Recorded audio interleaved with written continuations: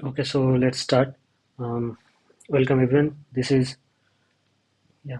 So this is I think tutorial 5. So like other tutorial, what I'll do? Yeah.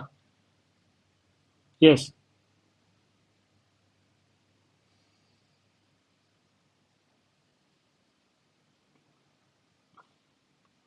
I mean you 7 to 9.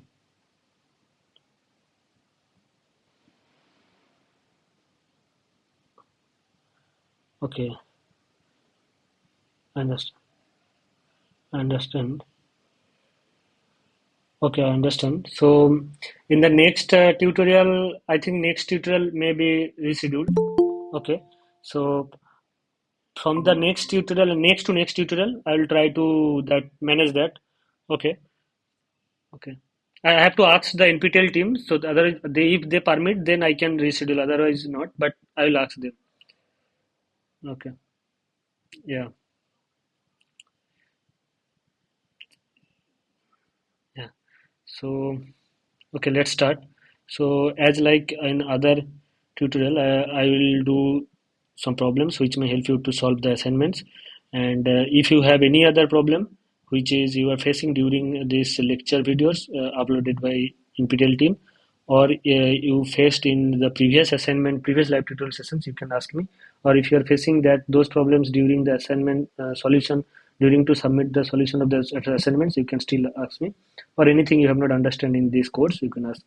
So this is tutorial. Um, this is tutorial 5,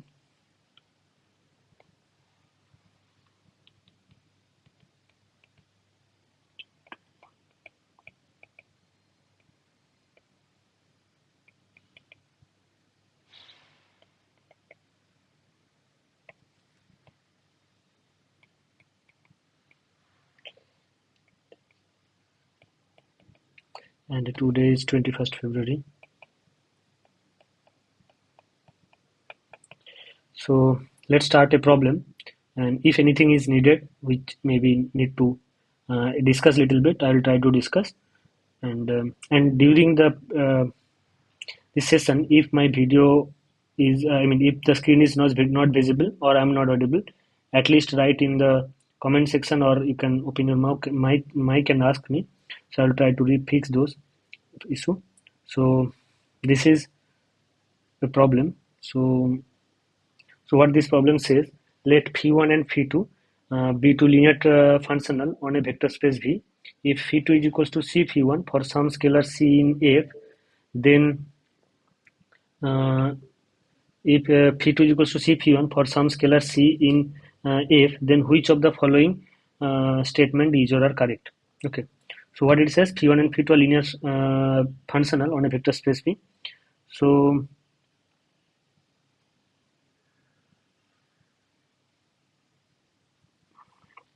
So what it says that phi1 and phi2 they are linear functional over the vector space. Let V is a vector space over the field F, and phi1 phi2 are linear functional, and phi2 is equals to c phi1 for some scalar c in F.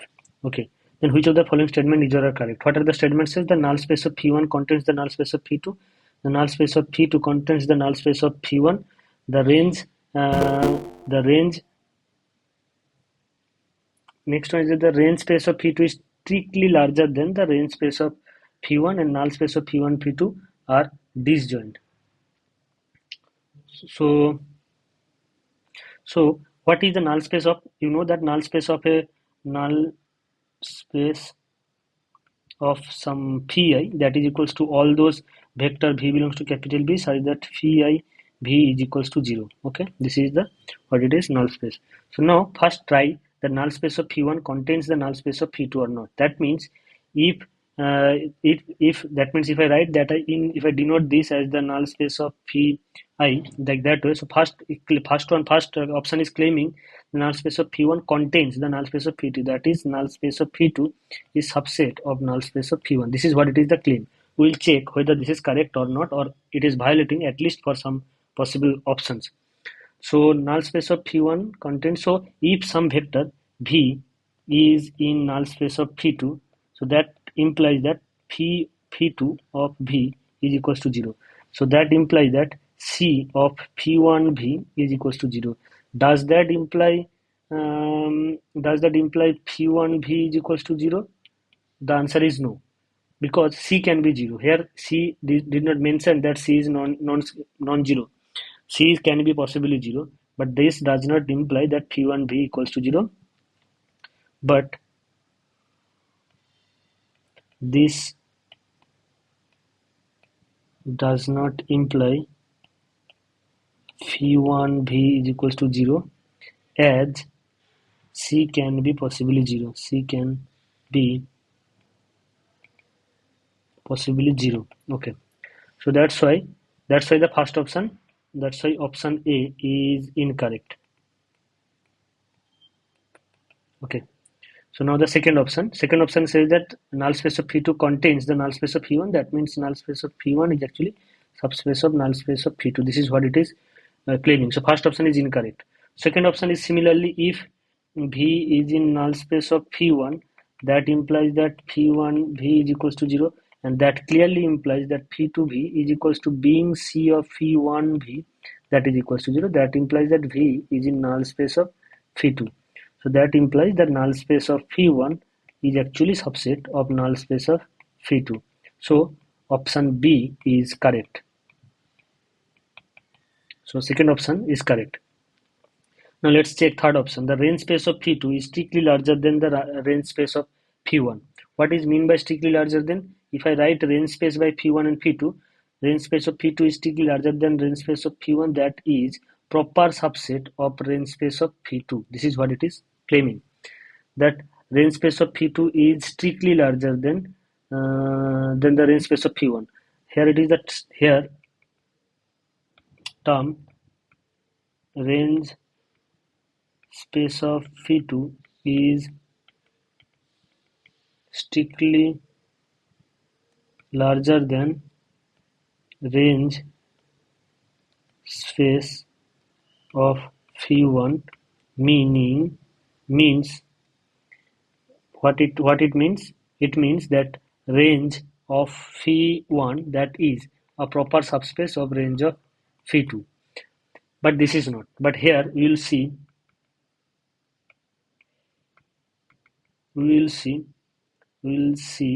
that may not happen. That may happen, but that not always will happen. Okay, that may not happen. When suppose if C1 is the scalar C given, that is not equals to 0, then as range of a linear functional is subspace, and that is in that if C is not equals to 0 and the functional is non-zero, then range is nothing but that's the full field, actually field. So that will be a full vector space. Range of a linear operator, linear transformation basically, is a subspace. Linear transforms is a subspace. So in particular for a linear functional, range space is again subspace. So now the thing is that if it is subspace, so if I multiply some scalar, so then still it will be the same set. Okay, so that means range of phi2 we have whatever we have. So but what we have, phi2 is equals to c1 phi1. Okay, so range of phi2, this is means all those vector, all those, I mean P2V such that V is in capital V. Okay, and range space of P1, that is equals to P1V such that V is in the vector space V. Then note that P2 is equals to CV1 or CP1. So that means if some vector is here, like W for example here in a range of P1, that implies that there exists an V in capital V such that Phi1 of V is equals to W. But as V is in capital V, if I want that W is in range space of phi, that R of phi, so what I have to write? As I have taken C is non-zero, so I can write 1 by C. 1 by CV, that is again in V. That implies that then as this happens, so this will hold that phi2 of 1 by CV, which is equals to C into phi2V, 1 by C into phi2V, which is equals to phi1V, which is equals to W. That implies that W is again in phi2, range of phi2 be. Okay, range of phi2. So similarly, one can show that similarly, one can show range of phi2, range of phi2. Here I have proven the range of phi1 is subset of range of phi2. Range of phi2 is subset of range of phi1. So basically, if C is not equals to 0, then what we can say is that if C is not equals to 0, then we can say is that that implies that range of the linear functional phi2 is equals to range of the linear functional phi1. Whenever phi1 is actually equal, phi2 is equals to C phi1. So that means that not does not always says that the range space of phi2 is strictly larger than range space of phi1. That is also false. Now let's see the last option. The null space of phi1 and null space of phi2 are disjoint, and this can't happen because if this option is correct, that null space of phi2 contains the null space of phi1, that means they are not possibly disjoint. That can be that will also violate. Okay. What I have said is actually that if we have a two linear functional, and here I have if we have a two linear functional, so summary of this problem is that if we have two linear functional, if phi1 and phi2 are two linear functional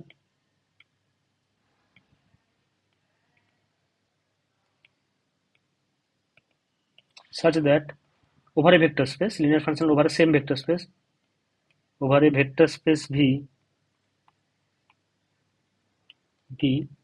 over the field F, then with with with the condition that phi2 is equals to C phi1 for some scalar C in F, that should what implies that if C is not equals to 0, okay, then range space of phi2 is equals to range space of phi1. In fact, in that case also null space of phi2 is same with the null space of phi1. But if C equals to 0, then clearly phi2 is equals to 0. That implies that range space of phi2 is equals to 0, and null space of phi2 is actually the full vector space V, and phi, if so even in that situation phi can be non-equals to 0 or phi can be 0. If phi is 0, then range space and null space will be again same.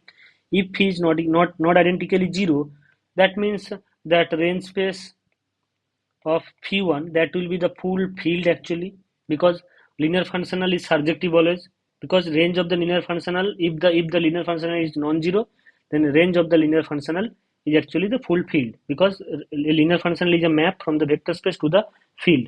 So if range contains a non-zero entry, then that will cover the whole field, because field itself is a vector space over itself. Okay, field itself is a vector space over F, is a vector space over F, and that is one dimensional vector space. But whatever it is, so if a one dimensional vector space contain at least one non-zero entry, then obviously the span of that element will be the full vector space, and they are space, so that's why the range will be full phi1. Okay, so in this problem, does there exist any I mean, do you have any doubt, anything you have not understand, or anything it would be better if I repeat? So you can ask. I'll try to repeat again, or um, try to explain in other way possible.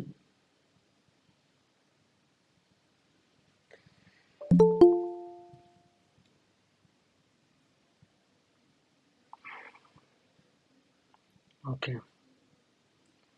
So let's start. Let's do then another problem.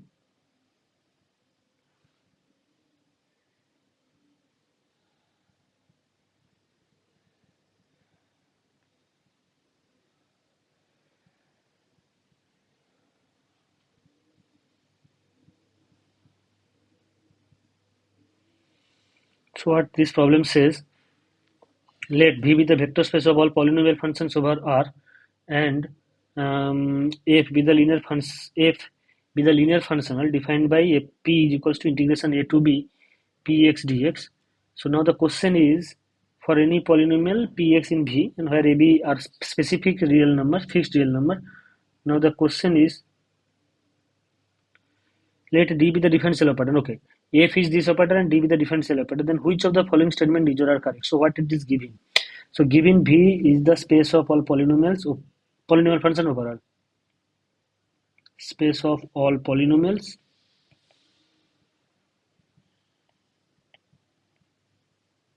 over R, and F from V to the field R here it is R. So V to R given by phi F of any P polynomial, it is just integrating that polynomial over a fixed range of interval. Okay, and D be the D with the linear operator, differential operator. D is the differential operator. D sends P to dp dx. I mean dp at the point x is actually dp dx. This is what it is, the differential operator. So now the question is, then which of the following statement is or are correct? So we have to check one by one. Okay. So first option, let's see what it is for the dt of fv is equals to pa minus pb. So dt of f,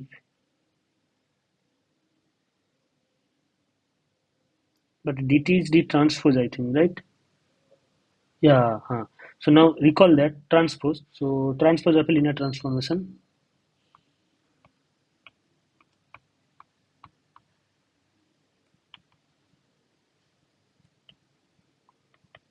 What is transpose of a linear transformation? Let V and W are two vector space over a field, two vector space over a field F, and T from V to W be a linear operator. Okay, be a linear transformation.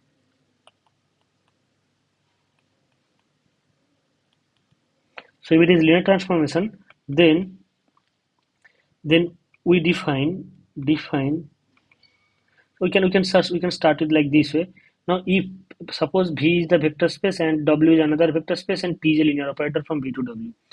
What are the linear functional? They are the map from a vector space V or whatever the vector space to the field. So now if G is a linear functional, that is a map from W to F, then G compose T, that is like this map. This will again be a linear transformation from this is G compose T. Okay. So this is again a linear functional from V to F. So what I have just tried to say is that if G is the linear transformation from W to F, okay, and T is a linear transformation, sorry, if G is a linear functional from W to F and T is a linear transformation from V to W, then if we take G compose T, that will be a linear map from V to F, and that will be linear functional actually. So what I obtained that if G is a linear functional, we know what are the set of all linear functional, that is called dual space. If finite dimensional situation, this is dual space. If G is in W star, then G compose T, this is in V star. Okay.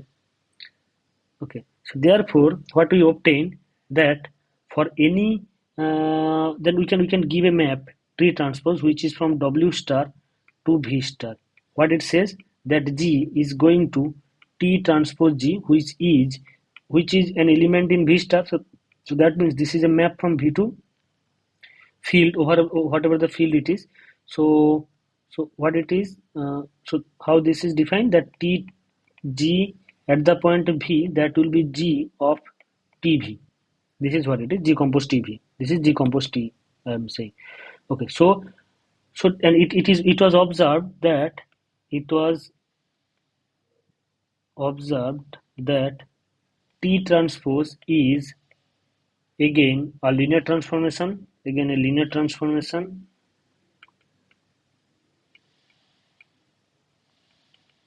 okay, V star to W star. V star is the space of dual, space of all linear functional.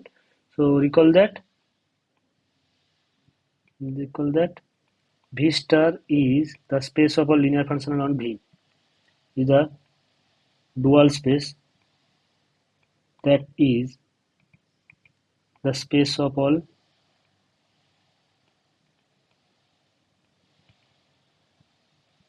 linear functional on V. Okay. Okay, so this is what it is.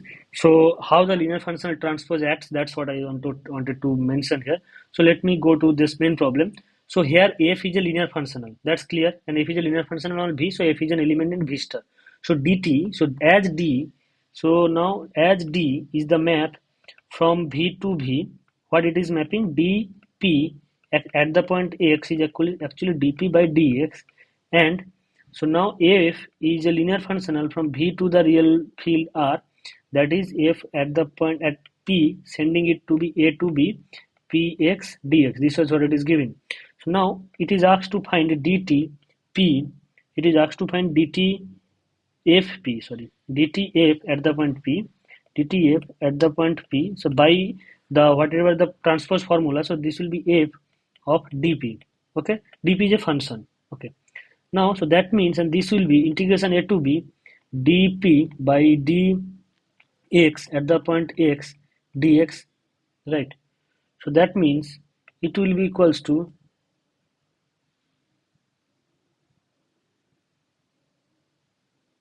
it will be equals to p. So what you know, if the function is differentiated and it is integrated once again, so is it guaranteed that it will go back to the main function? No, it's not. No, it's not.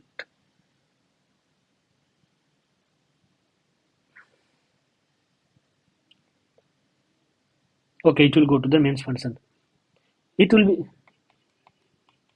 yeah, actually it will not go to the main function, but whenever you have something like range you will get, because for example, if the polynomial is like 1 plus x, and so if you do derivative dp by dx, that will be 1. So if you integrate it, it will be x. So but if you take it like a to b, that is b minus a. But this is exactly same with pb minus pa, because constant will be cancelled out. Whatever the constant here it is, that will be automatically cancelled out. So that's why it will not affect. It will not go back to the main function, but it will be PB minus PA. So, but what was the option? PB minus PA. This is PA minus PB. So that's why this option, this is incorrect. So PB minus PA is correct option. Now the second option, oh, these are the things which is given already. I mean, the whatever I have said, that if px is equals to 2x square plus 3x plus 1, and so px is equals to 2x square plus 3x plus 1, and a is equals to a equals to 2, b equals to 3, a equals to 2 and b equals to 3, then it is asked to d to find dtf at the point p, I think. For this p only. Okay, I think this is what it is, and another is there. Okay, let me check this one. This one is so let me check this one. So first of all, dt if at the point P, that is equals to dp dx integration 0 to, sorry, 0 to 2 to 3, 2 to 2 to 3. But why I'm doing all this, I don't need to do all this. I just need to calculate that I have obtained the formula, right? So this will be equals to, this will be equals to, this will be equals to pb minus pa.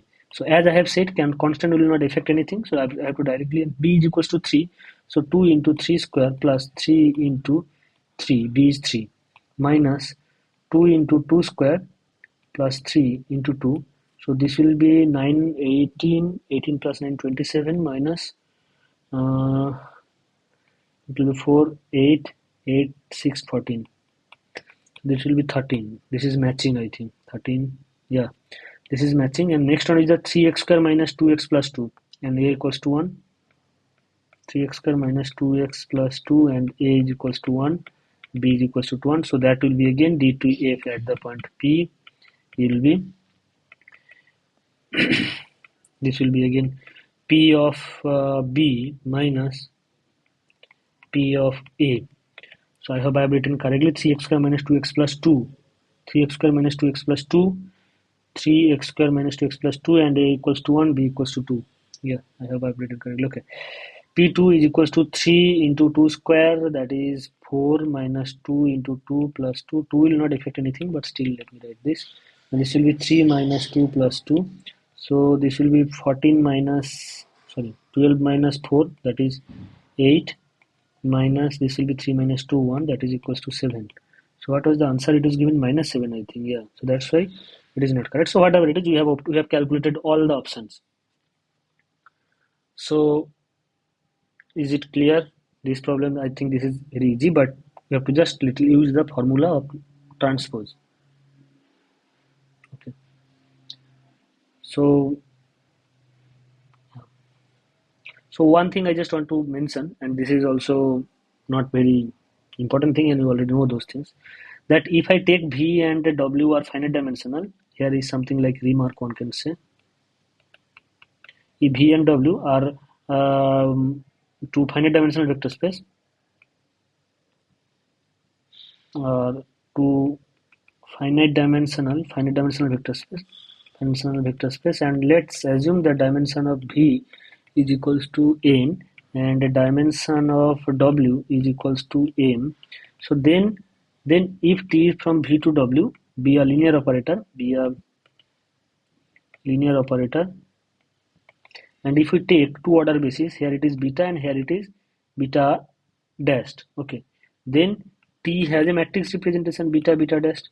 Now it is known, and that I discussed in the last class. Even if you ask, I can discuss once again, that for every ordered basis of a vector space, finite dimensional vector space, you will find a order basis, or you can define an order basis of the dual space in the way, suppose you have the basis like v1 v2 vn, and you can define a basis f1 f2 fn. This is in the vector space B, and this is in the dual space, such that fi vj, that is equals to delta ij, Kronecker delta, that is equals to 1 if I equals to j, and equals to 0 if I not equals to j. So you can get a dual basis, and that dual basis, that f1 f2 fn, that I will call denoted by b star. So in that case, so T transpose, as I have said, T transpose is the linear operator from W star to V star. We already have an standard basis, that B dash star, and here it is B star. This is the dual basis of B. B star is the dual basis of B, and B dash star is the uh, dual basis of B dashed. Okay. So now this also have a matrix representation. Now this T transpose matrix representation with respect to this star and what is the ordering? This is B dash star and B star. This will be exactly this matrix and its transpose. Matrix transpose means changing row column. So n by m matrix will be m by n. So note that if V is n dimensional, this was n and this was m. V is n dimensional, this was n and this was, so that's why T becomes an m by n matrix. Now B has n number of elements, B dash has m number of elements. So B dash star will have m number of elements and B star will have n number of elements. So therefore this will become and n by m matrix, and this is again, and because we are taking transpose, so this will become n by matrix. And this is, I'm just mentioning the order, but this is true. You can do the usual calculation, you will get this one. Okay, so let's go to the next problem.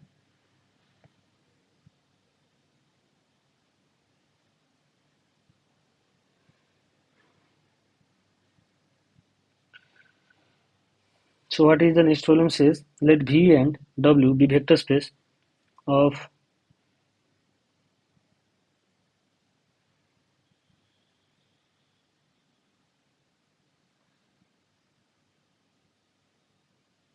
V and W vector space over F, and T be a linear transformation from V to W.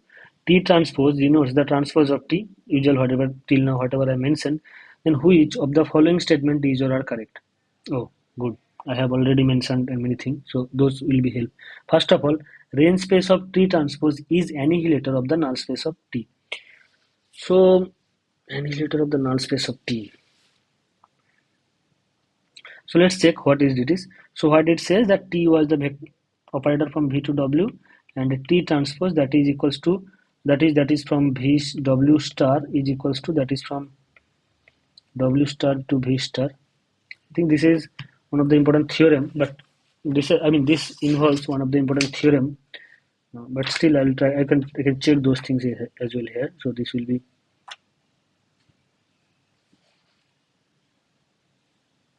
yeah, the range space of T transpose is the annihilator of the null space of T. That's true.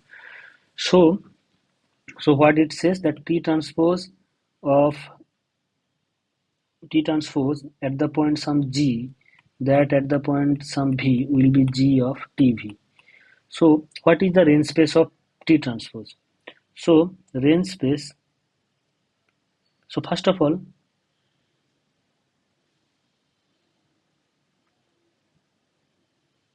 If I can prove, okay, T is a linear operator from V to W, okay, okay.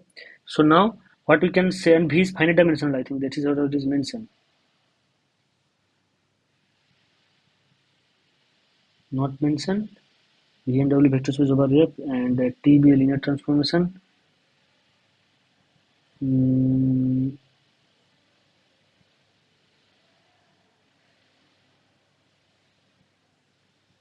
yeah, it is required. It is required. V and W vector space over a T linear transformation from.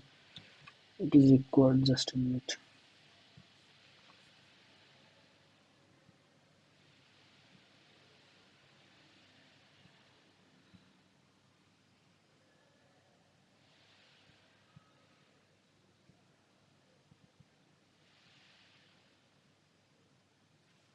Okay. So what are the option? Because if it is not finite dimensional, it will not be correct. So if it is, I'm question 3. Yeah. So if it is finite dimensional, then it is correct.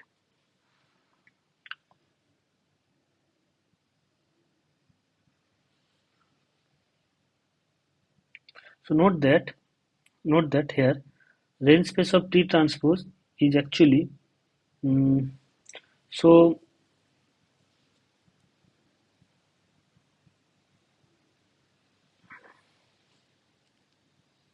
if something is in the range space of T transpose, that is what it is, this one, T to G. Okay. So that is, and if, no, not that. If V is in the null space of annihilator of the null space of, right? Annihilator of null space of T. So V is in the null space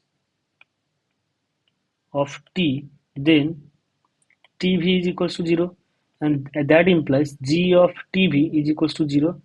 That implies, that is for all G in the W star. This is true for all G in the W star. So that implies T transpose G at the point V is equals to 0. Okay. So that that implies that T transpose G annihilates the null space, annihilates this element for any G belongs to, that implies that, so one can say that for any G in the W star, T transpose G annihilates null space of T. So this is clear from here. So what is mean by the annihilator of the null space of annihilator of a subspace? Annihilator of a, suppose V is a vector space. Not W. So let's take another. V dash is a subset of subspace of V. Then what is the annihilator? Annihilator of all those linear functional from V star to C, V star to F, for which F of V is equals to 0 for all V in this V dash. So this is what it is, annihilator. So if this is what it is, annihilator, so if I assume that null space of T, whatever the null space of T, if I take any element from the null space of T, that implies that ultimately going to give you that T transpose G is equals to 0 for any G in W star. So that means what is the range of W star under T star, range of T star under T transpose, range of T transpose, that is actually T transpose G. Range of T transpose, that is equals to T transpose G, such that G is coming from W star. So whatever G I can take, this element will always make those, this element will send those V to 0. So that's why this element is in the, this T transpose G, that is in the annihilator of the space, null space of V, null space of T. So that's why that says that that is always true, that range space of, so that says that range of T transpose is always contained in the annihilator of the null space of T. Now the question is whether this is equal or not. If it is finite dimensional, then one can prove these are equal, and by showing that this is actually same with this dimension of these two space are same. That will be the one option. But if this is finite dimensional, but anything does not mention here about the finite dimensional or not. So if it is finite dimensional, if it is not finite dimensional, then it can fail. But any counter example would be great right now if I can give in infinite dimensional space. But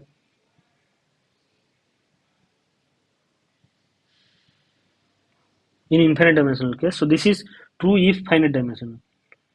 This is true if finite dimensional, other is not. If it is finite dimensional, then one can prove that range of T transpose equals to annihilator of the null space of T.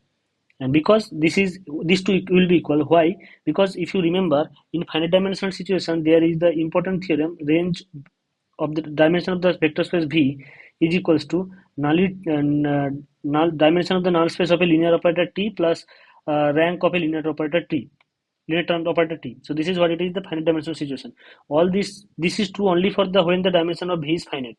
And in that situation, one can prove that these two will be equal, because annihilator of the null space of T, that will automatically be dimension of range of T. This will automatically become this. And range of T transpose is actually rank of the T transpose is same with the rank of T. So that's why this will be equal. So this is not true. So this equality fails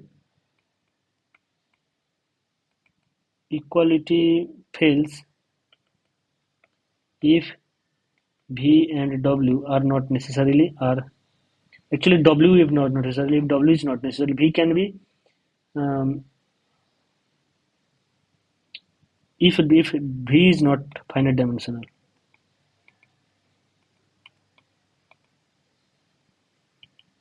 V and W both.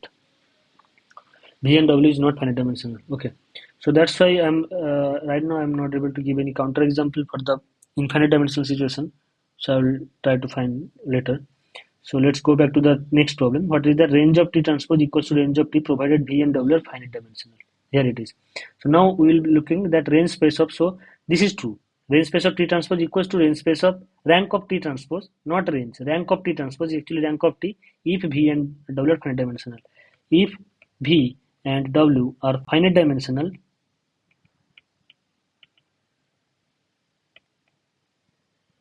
then rank of T, that is equals to dimension of the range space of T. This is what it is, right? So now what is the range space of T? That is equals to dimension of all those TV such that V is coming from the vector space V. Now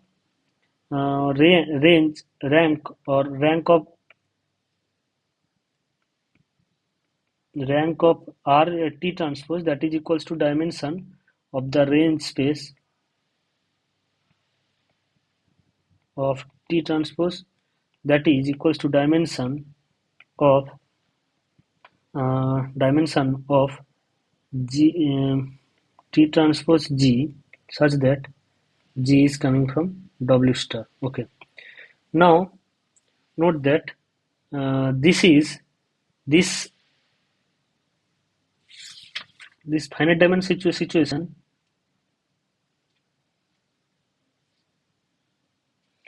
Okay, so dimension of TV, this is equals to dimension of V minus dimension null space of NT, that is the dimension of the null space of T. This is what it is. Now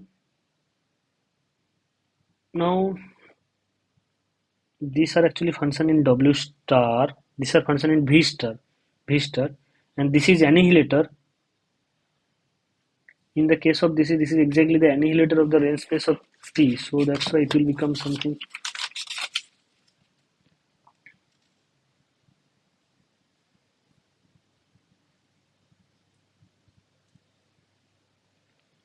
This is range space, so I want to obtain this dimension. So here we can obtain the dimension.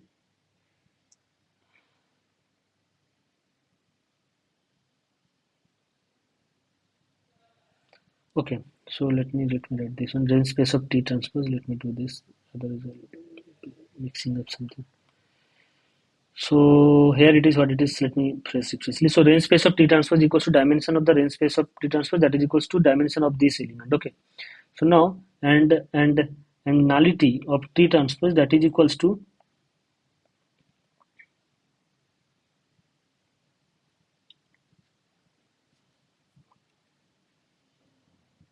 nullity of T transpose, that is equals to all those G belongs to W star such that G of um, G G all those G compose T is equals to 0. Why? I mean basically all those G such that T transpose G is equals to 0, that implies that G compose T is equals to 0. This is what it is, right? So that means this is actually equals to this annihilator of range space of T. Okay. So annihilator of range space of T. So that means annihilator of a, if annihilator is here, annihilator is actually, note that here range space of T is actually subset of W. Okay. So now any for this space in W, consider W is a vector space and this is a special subspace. Now for this subspace we can write the dimension of RT plus dimension of RT star, which is the annihilator, is equals to, or 0 basically, not n star, 0 is equals to dimension of W. This is also we have proved when W is finite dimensional. So with that, annihilator of the range space of RT, this will be is equals to dimension of W minus dimension of RT, that is the range space of T. Okay. So now, so we have this one. All right, I think we can keep this one. Okay. So now we have this one, null space of T. So that implies that the dimension of RT, that is range space of T, that is equals to nullity of T transpose, dimension of W minus nullity of T transpose, dimension of W minus nullity of T transpose. And another way, what we can say is that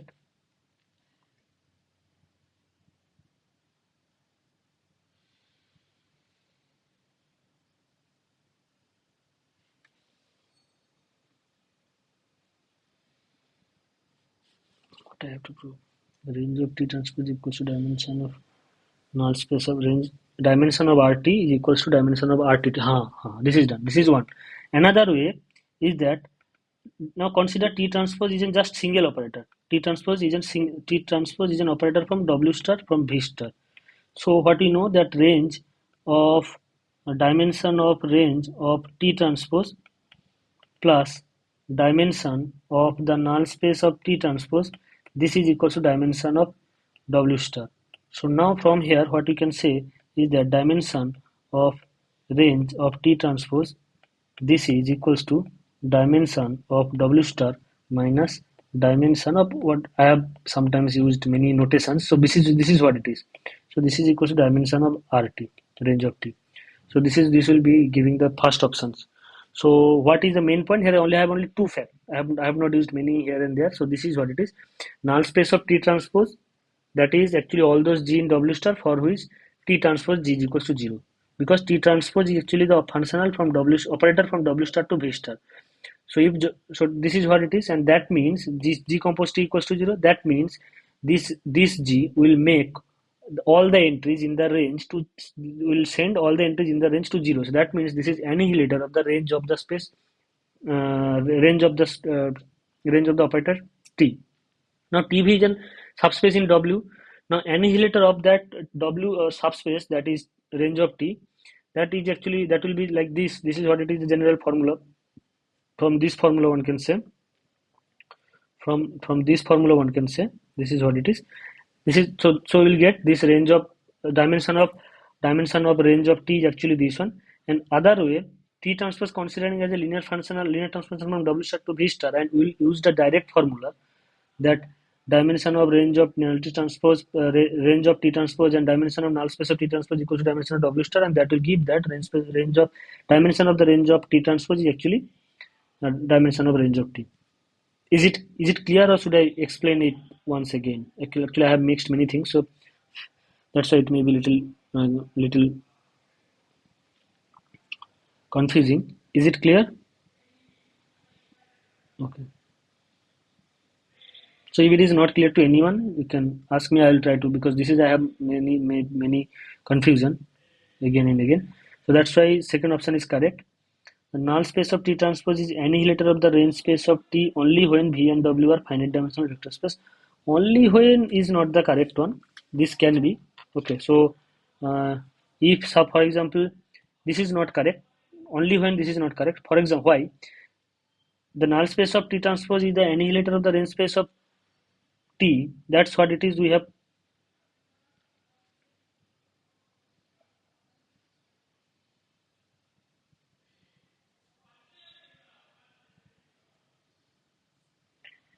No. Okay, so let me check this option, that null space of T transpose is the annihilator of the range space of T.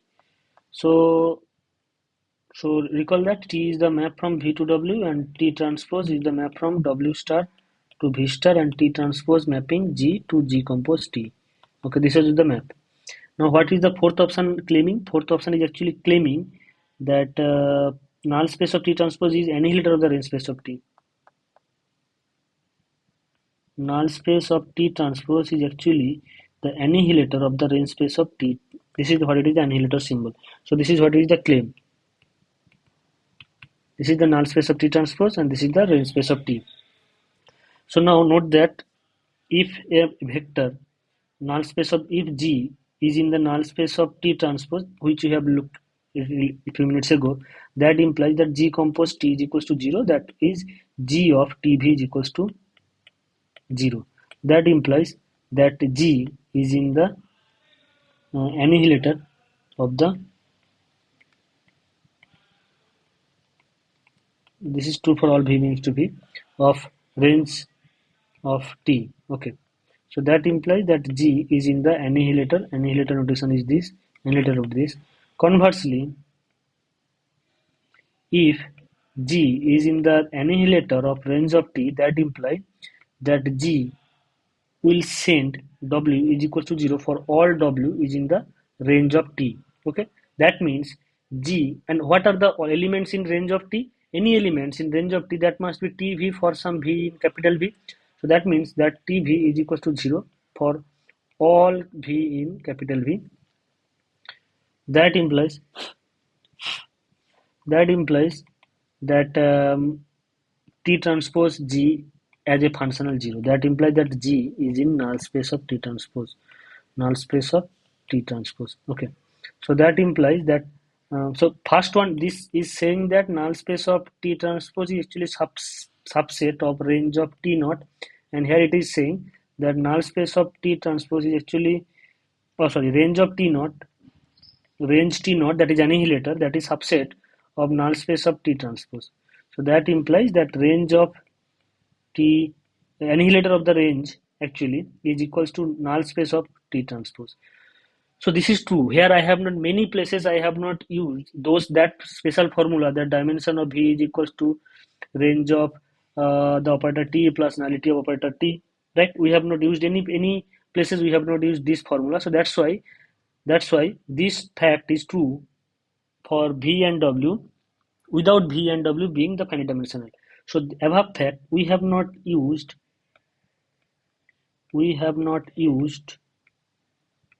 any result which depends on finite dimensional behavior of V and W. Finite depends on dimension of V and W. Okay, so that's why this is true for that. That is the reason. That is the reason this fact is true for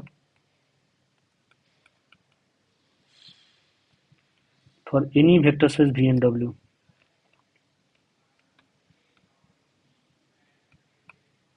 W over the same vector space V. So therefore, this fact that range of T is equals to range T, annihilator of the range, is actually the null space of T transpose. This fact is true without V and W being finite dimensional. So that's why this option is also incorrect. That null space of T transpose is actually the annihilator of the range space of T when V and W are finite dimensional vector space. So what we obtain? So basically what we obtain, if we take, I mean, I have used many notation. So basically, so summary is that suppose you have a linear functional from V to W, and that they are transpose linear transformation from V to W star. Okay. So now what we already have, that range of T, its annihilator, that is range annihilator of the range of T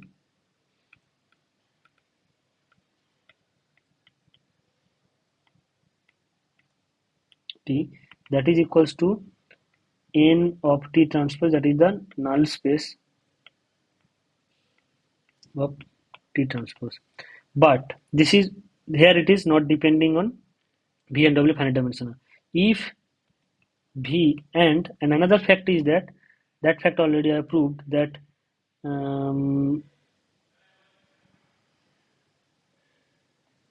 one containment is there, that is range of T transpose, range of uh, range of T transpose. This is contained in null space of T annihilator of null space of T, and equality holds if V and W are finite dimensional,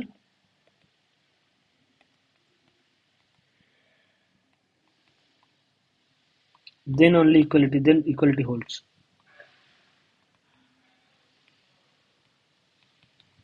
Okay, so this is what it is, the main gist, and along with this, that range of T or dimension of range of T or equals to dimension of range of T transpose. These are the total gist. So if T and T is a linear transformation from V to W, T transpose is the corresponding transpose linear transformation from V star to W star to V star. Then what we obtain, that annihilator of range is actually same with the null space of T transpose, and range space of T transpose is actually contained in the annihilator of the null space of T transpose, but this equality holds only when the finite dimensional space. And this is also finite dimensional. This range result is also when it is finite dimensional.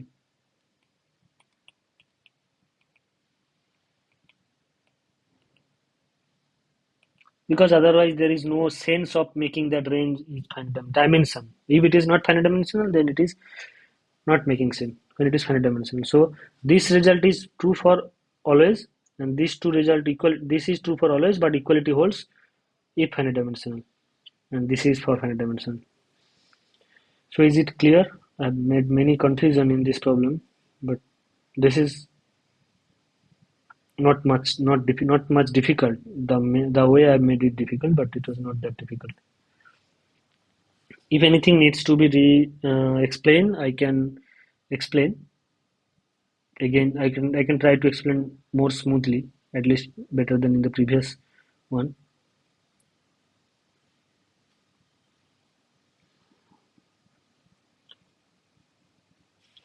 Okay, so let's go to the another problem.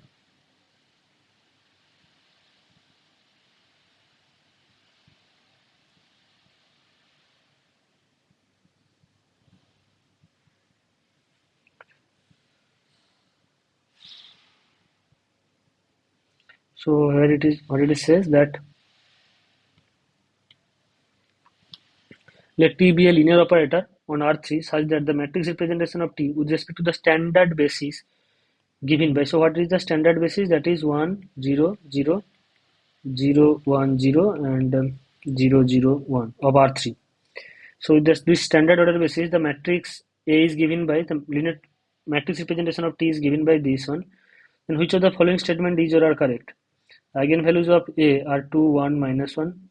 Okay, so I have to check what is the eigenvalue and what all those things. Okay, so let me first start with what is the eigenvalue, and after that I'll so those things I'll quickly start to recall and try to. So if T be a linear operator, let V be a vector space. So eigenvalue or characteristics value or characteristics number. So these are the name. There is more name also. So what is the eigenvalue? Let V be a vector space. No need to be finite dimensional over a field F, and T from V to V be a linear operator.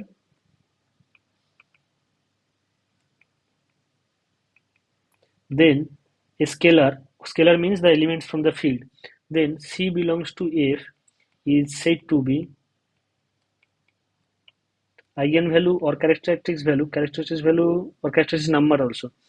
Eigenvalue or characteristics value if of T, if there exists a non-zero vector v belongs to v, that v has to be non-zero. This is very crucial important fact that is needed. Non-zero such that tv is equals to cv. Okay, then v is said to be eigenvector corresponding to the eigenvalue c, eigenvector corresponding to the eigenvalue c. So what we obtain, what is the definition says that for every a complex a element from the field is said to be eigenvalue for the linear operator t if there exists a non-zero vector v which satisfy this condition. Because why non-zero is required? Because if otherwise this is true for always, because if v is whatever the complex, whatever the entry you can choose from the field f, t of 0 is equals to 0 is equals to c of 0. So that's why this is true for any zero value. So zero does not making anything. So that's why to make it whatever the required purpose, that purpose will be fulfilled if I take v is not equals to 0.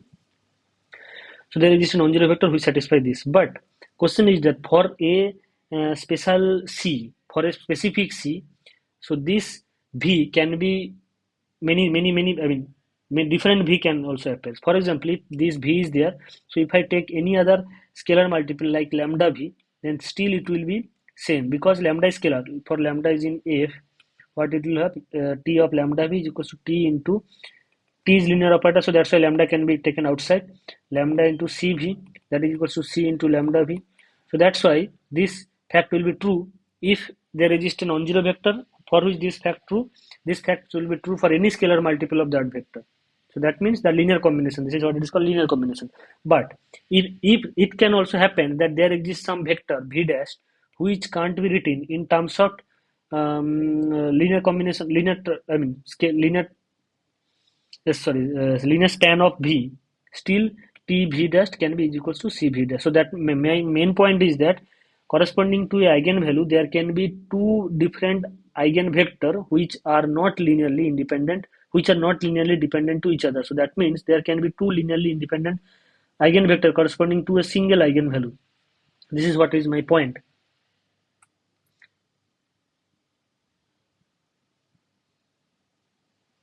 Okay, so this is the eigenvalue eigenvector things what I'm saying. But now main point is that so this is what it is mean that what this also says another way that t minus c identity v is equals to 0, but v is not equals to 0. So that implies that t minus ci is not 1 1, that is t minus ci is singular. Okay, this is what it is mean. T minus ci is actually singular.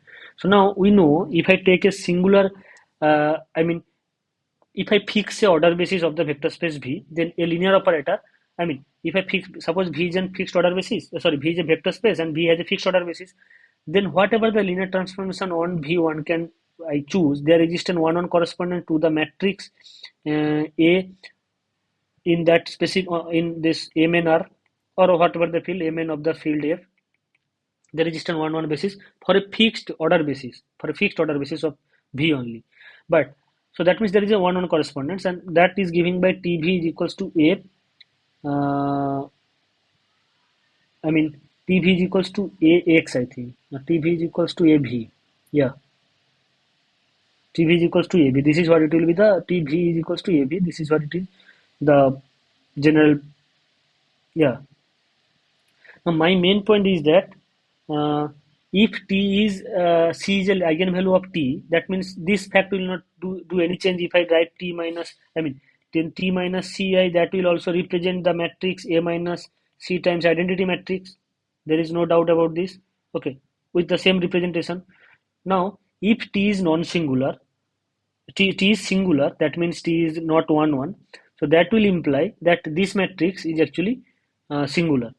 That means, and a matrix is singular when, and then what we know, that that is if and only determinant of that matrix is 0. So that's why what I can obtain is that if I fix an order basis, just any order basis, if I fix an order basis and if I obtain the matrix representation of that linear operator, and that linear, and if I suppose the matrix representation of T with respect to that fixed order basis is actually A, then matrix representation of C times M, that will be A minus C times identity. Okay. Now if C is an eigenvalue, then determinant of A minus Ci, that has to be equals to 0, because that's why non-singular. And in fact, what we obtained, that a matrix determinant is 0, I mean singular if and only if determinant is 0, that is if and only condition. That's why any vector, any C, I mean whatever the C which will satisfy this condition, those will be the eigenvalue, and exactly those will be the eigenvalue. They can be repeat or not repeat, that's separate point. So so if C is an eigenvalue, if and only if that determinant of A minus Ci is equals to 0, where A is actually the matrix representation of T with respect to a fixed order basis. Okay. So that's why the whenever you have a linear transformation on a finite dimensional vector space, and obviously we can do everything for a finite dimensional. These things are for finite dimensional situation, not for an infinite dimensional situation.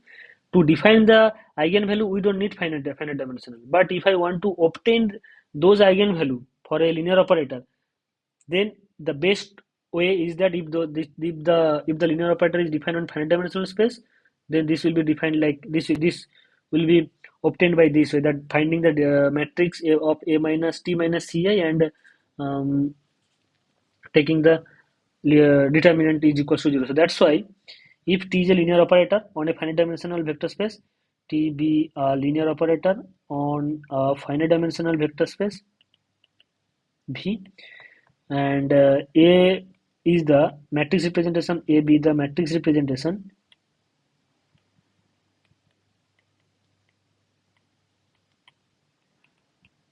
of T with respect to any order basis. Actually, basis will not affect anything here. With respect to any order basis of V, then eigenvalues of T or A are the solution of the polynomial equation, or the zero of the polynomial. In fact of solution, I can write zeros of the polynomial.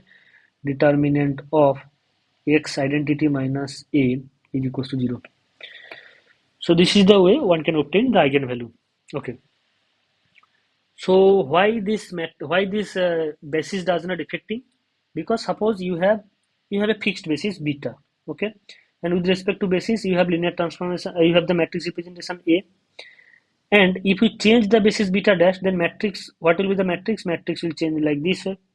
Okay, but that does not depend. So if x is something which satisfy the condition that determinant of x minus A, x identity minus A, x identity minus A is equals to 0, then that those x for which this holds, for those x we can obtain like x identity minus P inverse AP determinant is equals to 0. That is if and only basically determinant of, why this happens, because P inverse x minus x identity minus A into P, this is equals to 0, and this is, and we know the determinant of AB is equals to determinant of A and determinant of B. So determinant of P inverse, determinant of x minus A, and determinant of P, that is equals to 0, and that is if and only if determinant of x minus A, x not x identity minus A, and x identity minus A, this is equals to 0. So that's why it does not affecting anything, whatever the order basis we are choosing in this situation.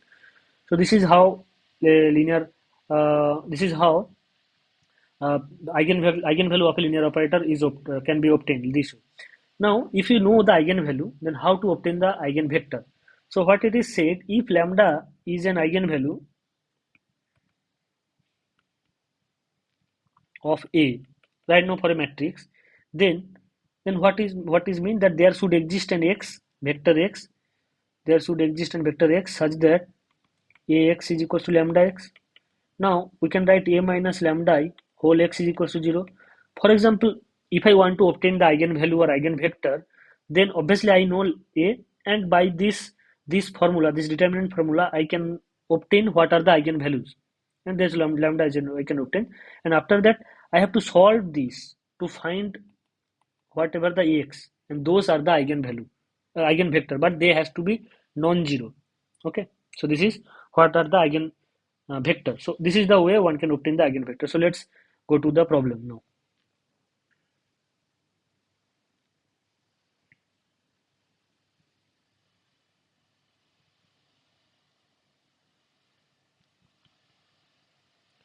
Okay, so one second.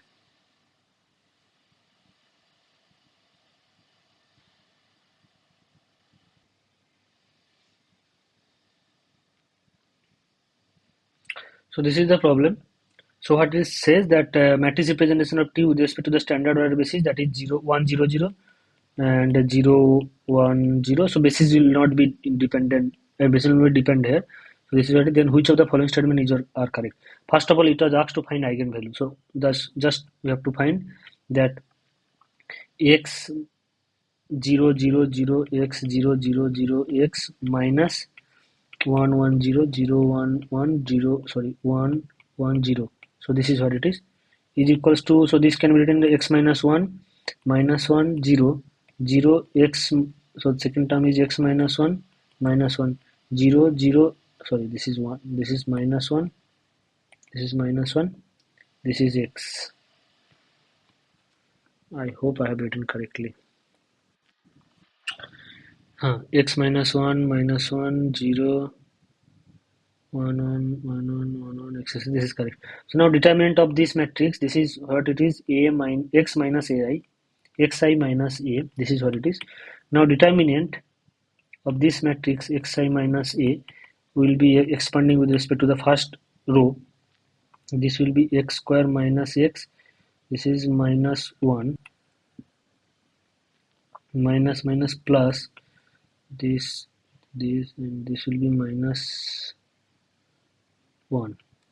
I hope I've obtained this correctly.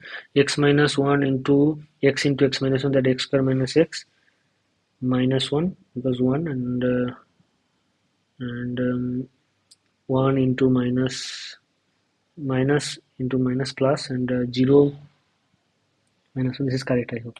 So x minus 1 into x square minus x minus 1 plus this is minus 1, so I will be, it is better to expand completely. X cube minus x square minus x minus x square plus x plus 1 minus 1 1 1 0. So this x cancel out. Oh, sorry, what are obtaining this way?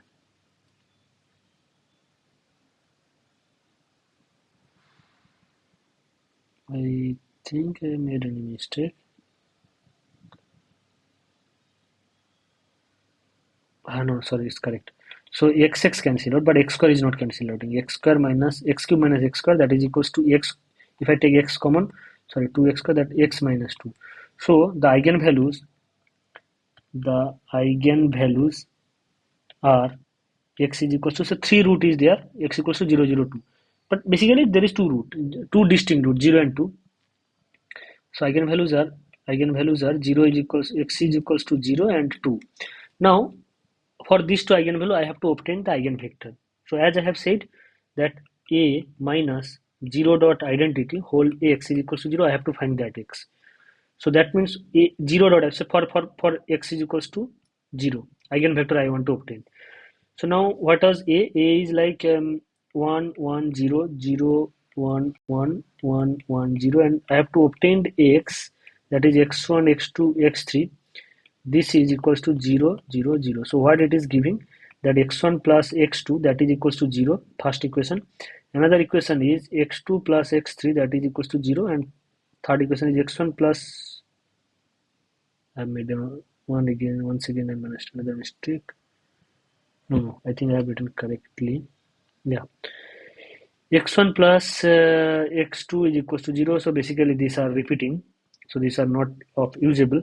So basically we have two equations. x1 plus x2 is equals to 0 and x2 plus x3 is equals to 0. So here one can note that if one takes x2 equals to 0 and x3 is equals to 1, so in that case what it will be, that x1 will be 0. So that means 0, 0, 1 is an eigenvector. If I take x2 is equals to 1, sorry, if I take x2 equals to 0, then x3 will be equals to 0 and this will be x1 equals to 0. So 0, 0 is not an eigenvalue. That is the issue.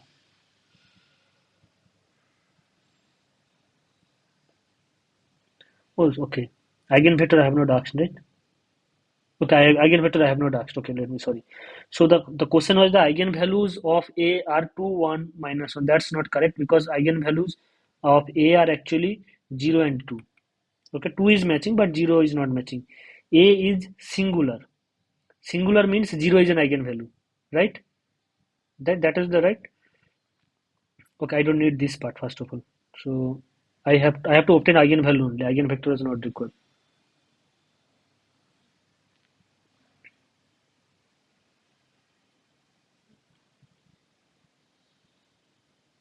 So interesting fact here, if 0 is an eigenvalue of a linear operator T, then that will be singular. If 0 is an eigenvalue of a linear operator on a finite dimensional vector space, then that linear operator is singular.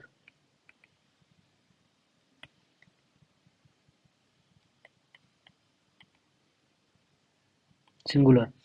So basically what I want to say is that why that is, because 0 is an eigenvalue, that means it is saying that determinant of A minus xi has a 0 is a solution. So that means it is saying that determinant of A is equals to 0. So that is what is singular. This is same thing, nothing special. Okay, so this is determinant of A is equals to 0. So and you can also look at from the matrix A that why the determinant is 0, because for this matrix first row and last row are same. So determinant has to be 0. If if all the rows are not linearly independent, then that can't be determinant can't be. I mean, if the all the rows are not linearly independent, the determinant is has to be 0. So A is singular, that true. That is true. Next one is that 1 minus 1 1 is an eigenvector associated with the eigenvalue 2. So that we have to obtain then, or we can directly check also. Here it is asked to 1 minus 1 1, I think. 1 minus 1 1. So what was the matrix? 1 1 0 0 1 1 1 1 0, and it was asked to obtain 1 minus 1. This one's the, so let me check this one. 1 minus 1, that is 0. That is 0. 1 minus 1, that is again 0. This is 2. No, this is 0. So this is not equals to 2 times 1 minus 1 1, right?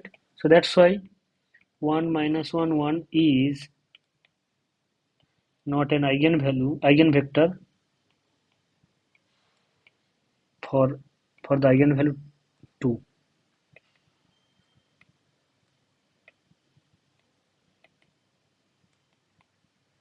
Eigenvalue 2. So that's why third option is also not correct. A is diagonalizable or not. But this I have to do something.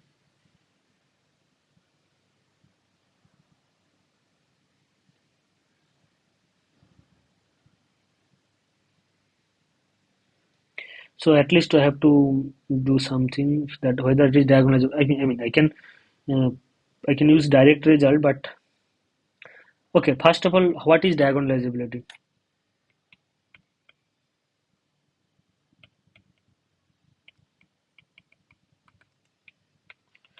A linear operator on a finite dimensional vector space. Linear operator on a finite dimensional vector space V is said to be diagonalizable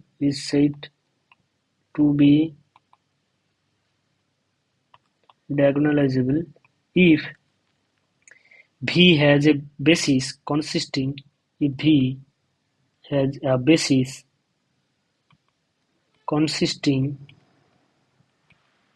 eigenvalues of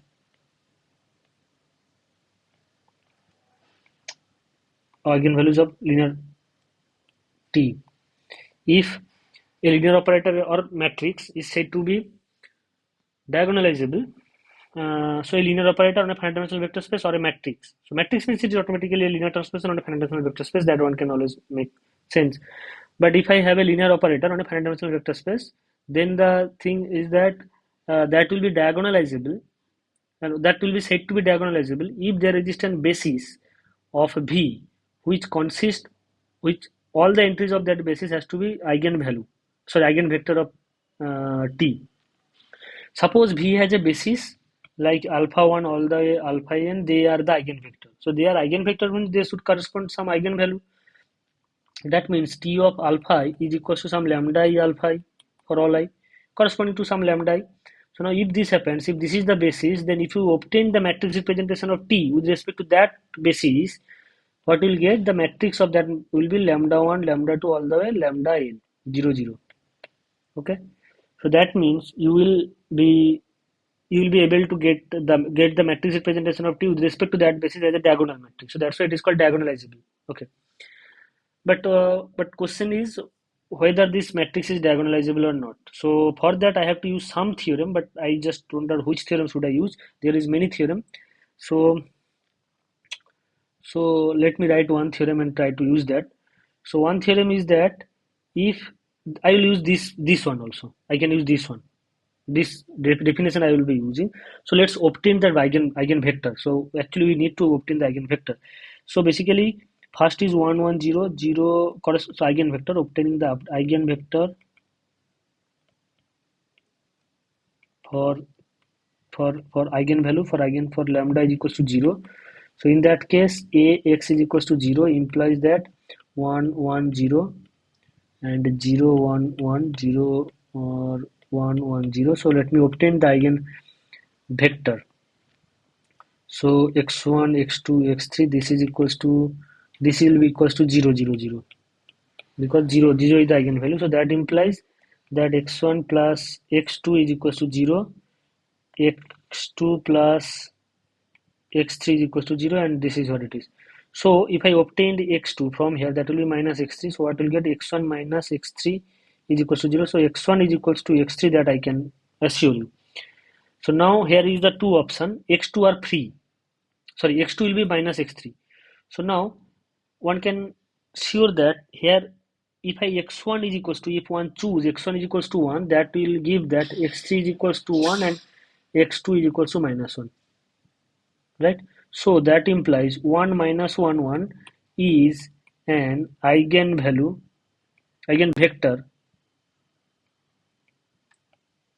for lambda is equals to 0, for eigenvalue equals to 0. So that was asked to obtain that 1 minus 1 1 is that eigenvector of 2 or not. That's not correct, because here is the eigenvector is this 1 minus 1 1 is the eigenvector corresponding to the eigenvalue lambda equals to 0. So are there any other possible eigenvector is there? Only the scalar multiple of this is possible. Other no possibility is there. So there is no there is not any other eigenvalue. So clearly there is no other eigenvector which is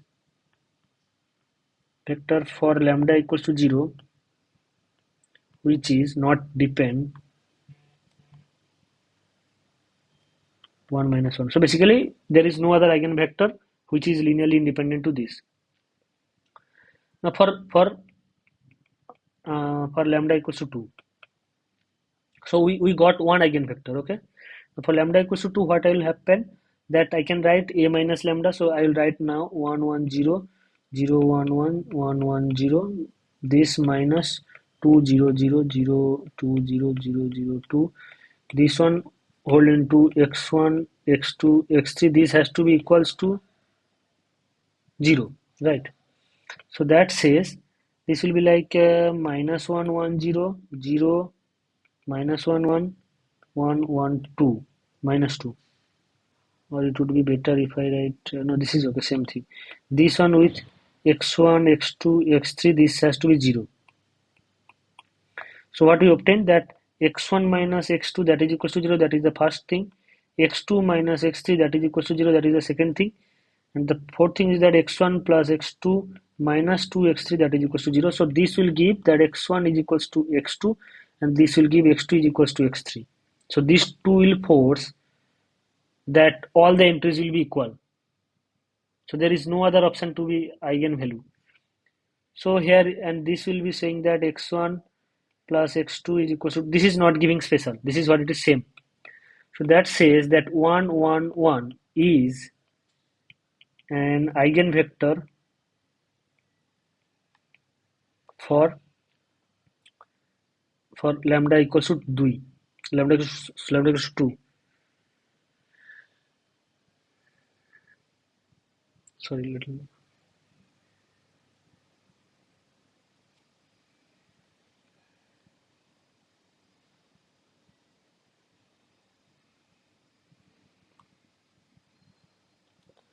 Okay, so for lambda equals to 2, there is the, for lambda equals to 2, 1, 1, 1 is the eigenvector. Okay, and does there exist any other eigenvector? The answer is for lambda equals to 2, the answer is there is no other eigenvector, because whatever the eigenvector will be, that will satisfy this condition that x1 equals to x2 and x2 equals to x3. So any eigenvector, and clearly any eigenvector, any eigenvector for the eigenvalue lambda equals to 2 must be scalar multiple of this.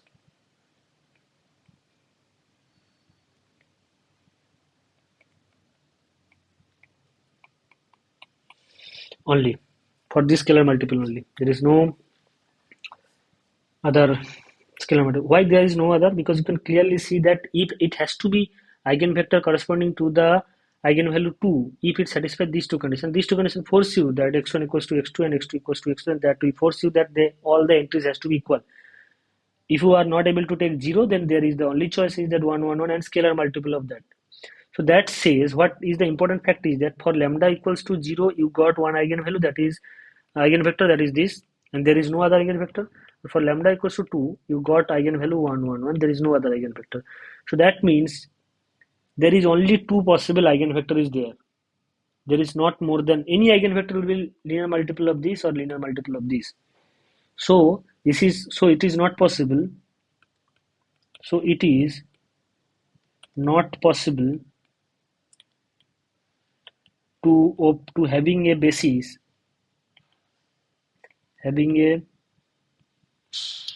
of the vector space V, which is actually R3 here, such that consisting all the such that every in having a basis of V equals to R3 consisting having a basis of V equals to R3, each of them had not possible, each of them will be an eigenvector. Such that each of them will be eigenvector. Such that each of the basis element will be eigenvector.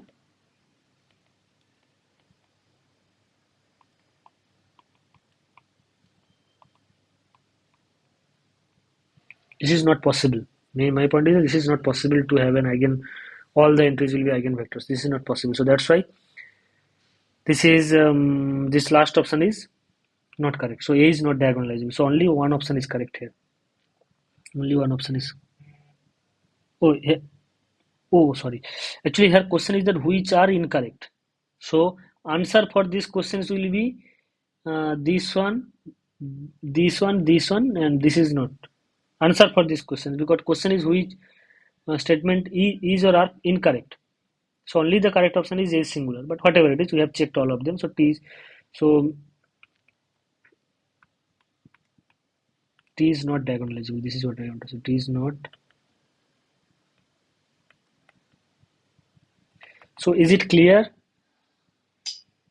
If you have any doubt, just let me know. I'll try to explain that. So this was the question.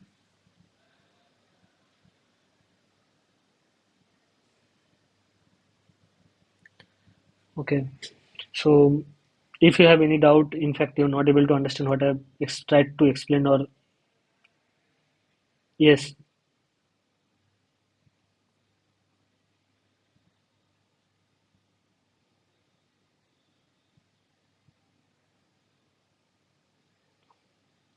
yes, because that is what it is definition. The definition here it is says that linear operator T on a finite dimensional vector space is said to be diagonalizable if V has a basis. Each of them are eigenvalues of I. So, so if you have eigenvector, linearly independent eigenvectors, and they are forming the basis. So if you're just collecting all eigenvectors, and if that collection becomes all the linearly independent eigenvectors, and if that collection contains the dimension of V number of entries, then that will be diagonalizable, because if you have a basis v1 v2 vn, each of them are eigenvector corresponding to some eigenvalue lambda I, then t of vi will be lambda I vi. So with respect to this order basis, the matrix representation 2 will be diagonal will be lambda 1 to lambda n. This is what it is, the naming diagonalizability. Yeah.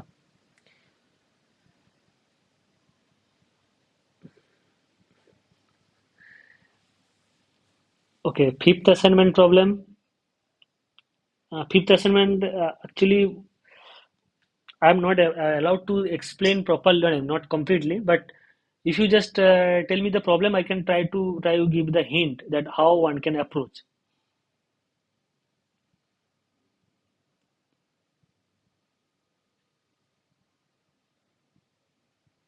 Okay, okay, okay, but I don't know whether that will be able to.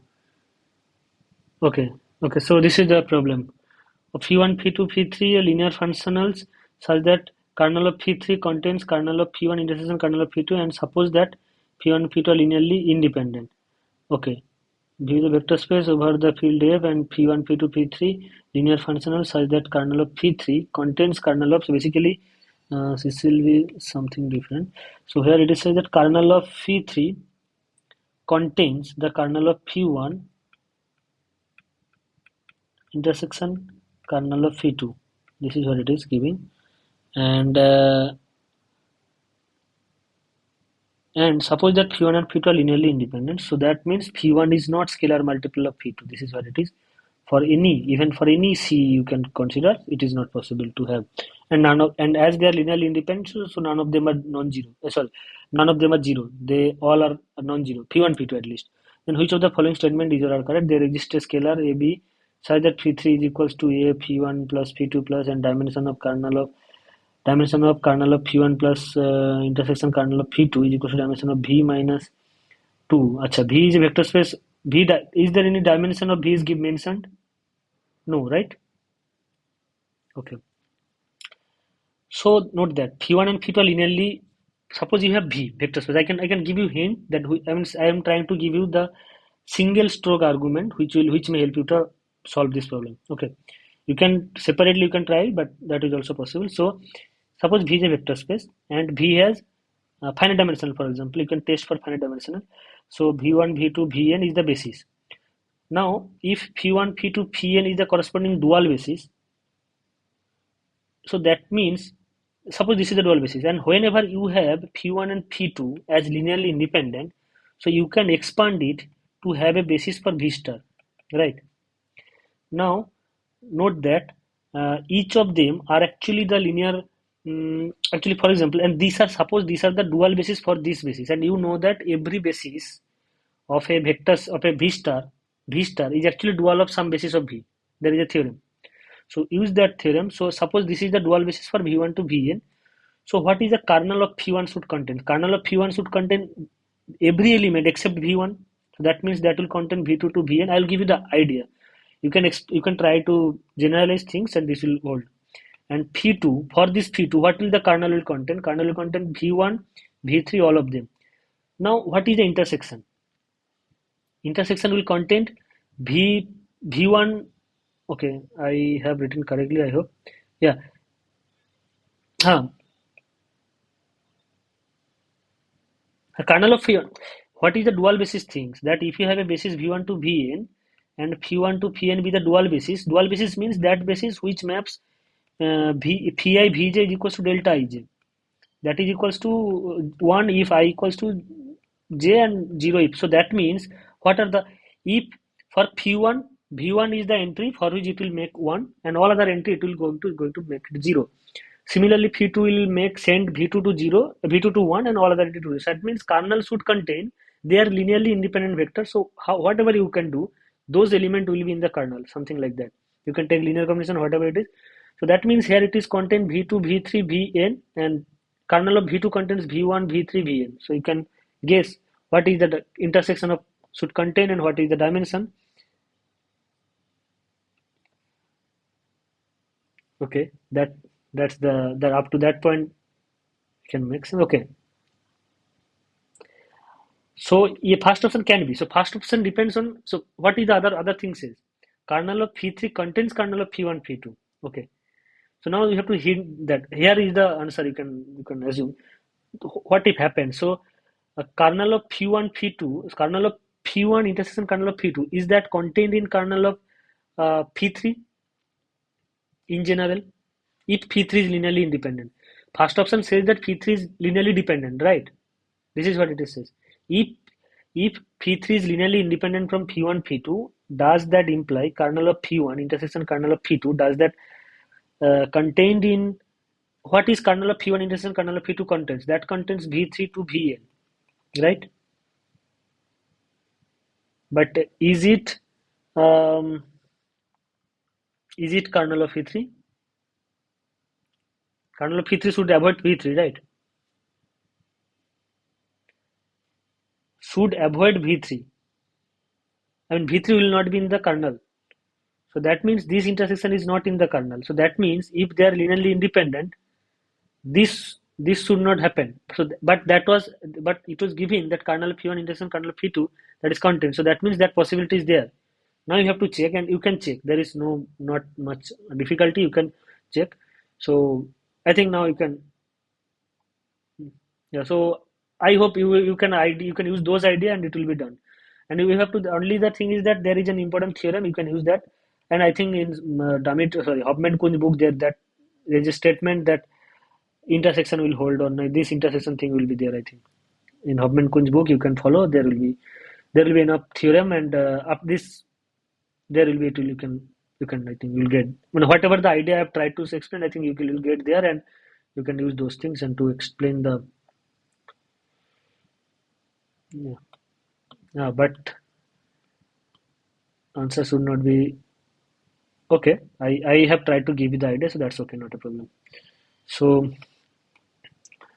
let me go to the next problem. So what it says, let A and B A and B are n-by-n matrix over F, then which of the following statement is correct? Trace of AB is equals to trace of BA need not be same. That's very not correct. So I'll prove AB and B have same eigenvalues. I think that's not correct. Determinants of AB and B are not same. This is obviously not correct because we know determinant of AB is equals to determinant of A, determinant of B.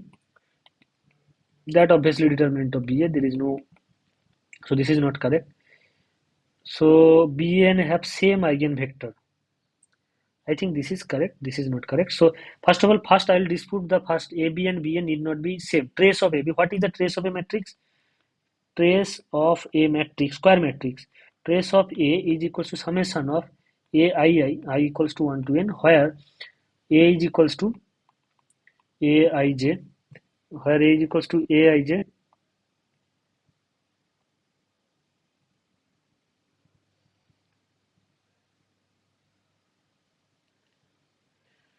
where A equals to Aij, that means the ijth entry of the matrix is Aij and this is n by n matrix. So what is trace of them? Is trace means the sum of the diagonal. This is what it is, trace.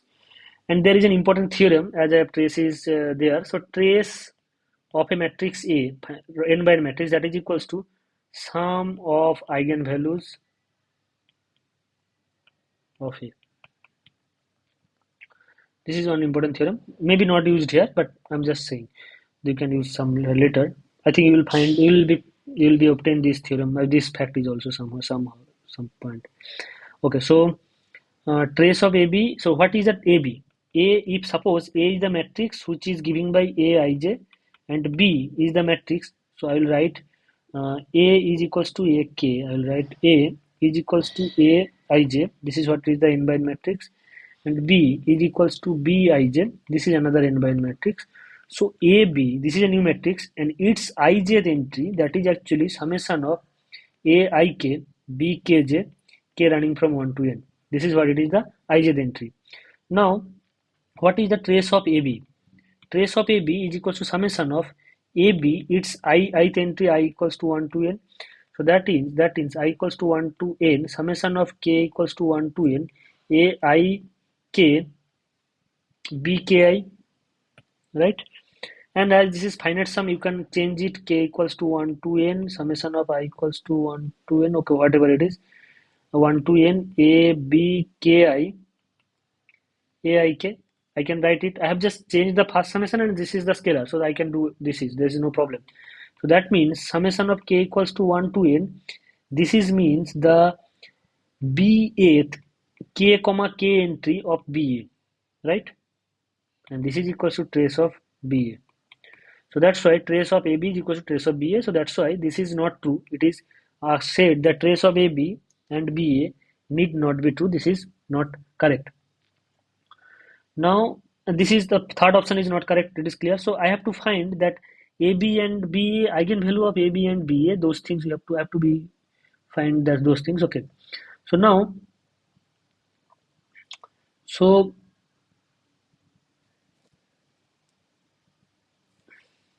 note that, okay, note that if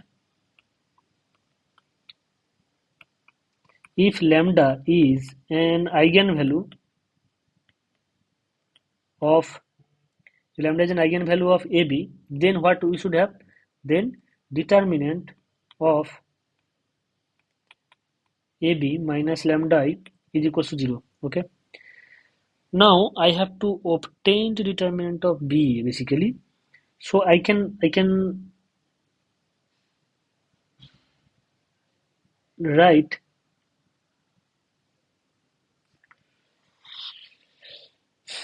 determinant of AB minus lambda is there.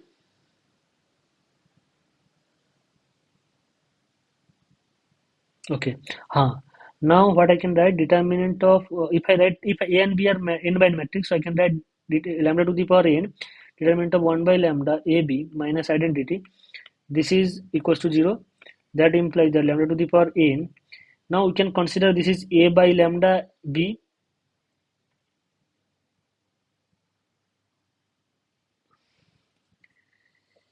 Have to be used that lambda I.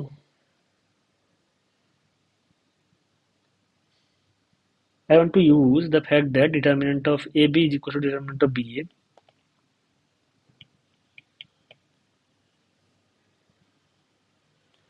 So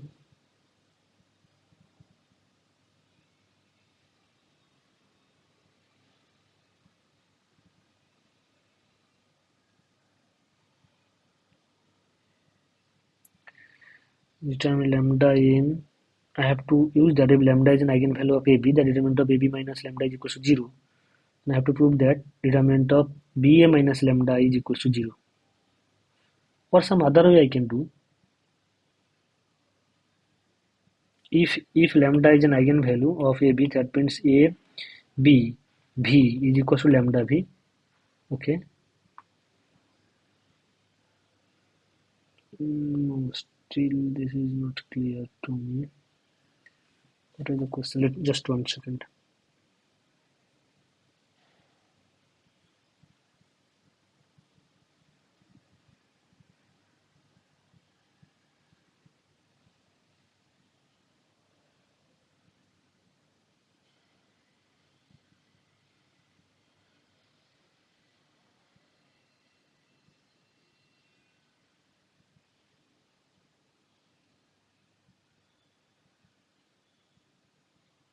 Yeah, lambda is not equal to 0, we have to take. Okay, if lambda is 0, then it is clear. If 0 is an eigenvalue of, that is clear. If 0 is an eigenvalue of AB, then lambda equals to 0. So then BA is equals to 0, that there is no problem. So if lambda equals to 0 is an eigenvalue of AB, that is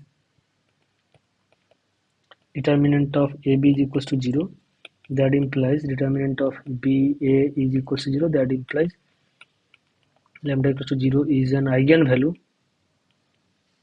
of BA. This is clear. Now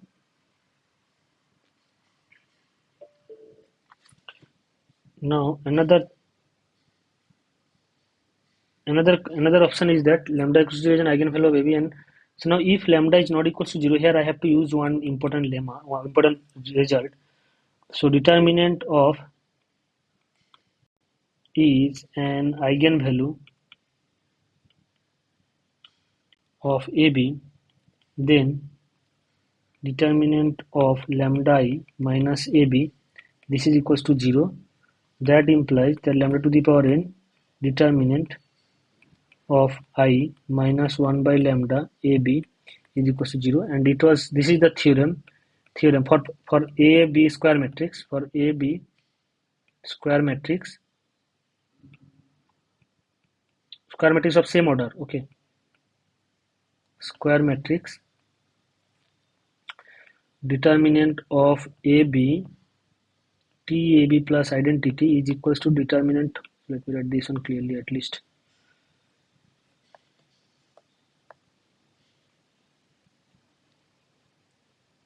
determinant of identity plus TAB is equals to determinant of identity plus TBA for all T scalar. Okay, so uh, that will be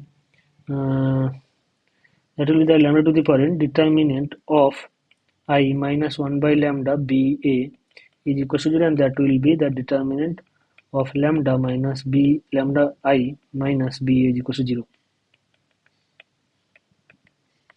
So this is, I think, called Sylvester identity. So let me check once.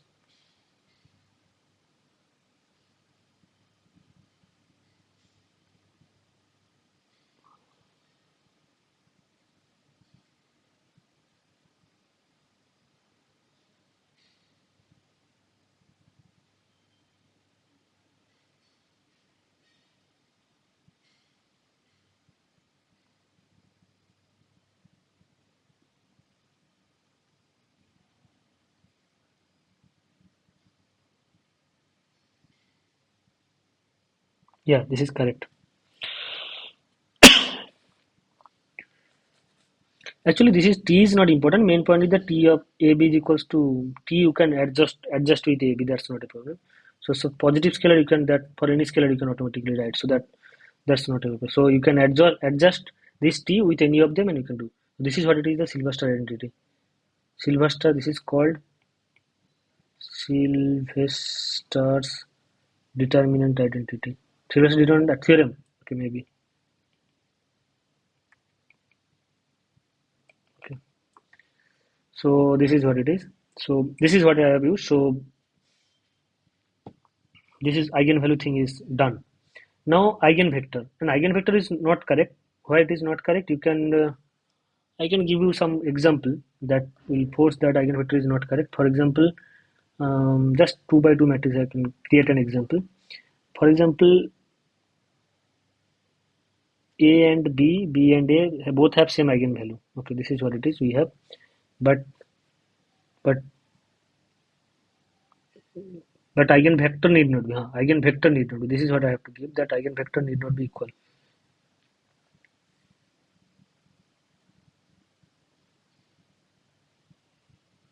But I have to give some example, right? So eigenvector, how can? So A here commuting is not said, right? Her question was like A and B to matrix, then which of the statement is correct? So for example, A I can take, yeah. I can take A is equals to, just take 0 1 0 0, right? Then this is A and this is B. Okay, then AB and BA will be same. I have to take another. So BA is like 0 1 0 0. This is B. So AX is equals to 0 implies that 0 1 0 0 x1 x2 this is equals to 0. That says that x2 will be forced to be 0. So what are the eigenvector? That is the 0 x2 is 0 0 0. So x2 forced to be 0. So x1 can be. So this is one of the important eigenvector corresponding to 0. And here it will be like, I think 0 0 1 0. This will be like x1 x2 is equals to 0 0. So this will force x1 equals to 0. So this will be 0 1 is the eigenvector for V. So this is what it is. So now what is the AB? AB is equals to 0 1 0 0 and 0 0 1 0. This will be like first 0 0 1. This will be 0. This will be 0 0. And I have written correctly 0 0 1 1. That's correct. 0 0 0. That's correct. BA is equals to BA. B 0 0 1 0 and this is 0 1 0 0. AB BA. Okay. Like 0 0 0 1. So clearly, yeah, here it is. So AB and BA is this. Clearly both have them eigenvalue 0 and 1. I don't need to do this actually. Both have eigenvalue 0 1. But what is the eigenvector? Here AB and BA both have eigenvalue 0 and 1. 0 and 1. But eigenvector here, if it is like 1 corresponding to 0, for example, corresponding to 0 0, this will be like x1 x2. This is equals to, forcing that x1 plus x2 is equals to 0. x1 plus x1 equals to 0. And so this will be like 0 1 is the eigenvector, and here it will be x1 x2 is equals to 0.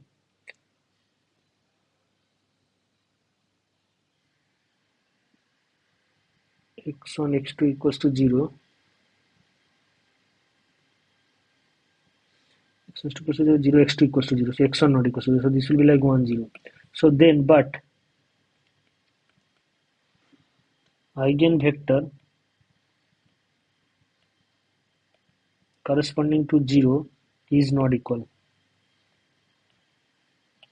You can clearly check, this is what it is. So the last option is not correct. So this is not correct. Yeah, this is not correct. This is only the correct option. Though it is asked that which of the statement is correct. So in that way you can just check correct option and you can go ahead. But it's better to.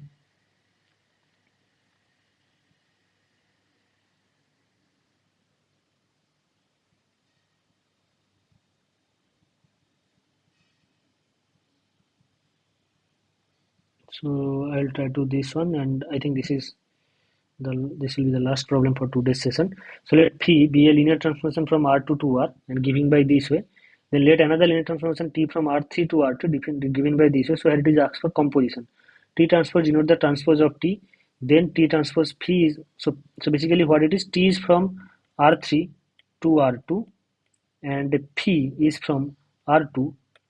So this is T and this is P, R2 to R. So now T transpose will be R2 to R3. Okay.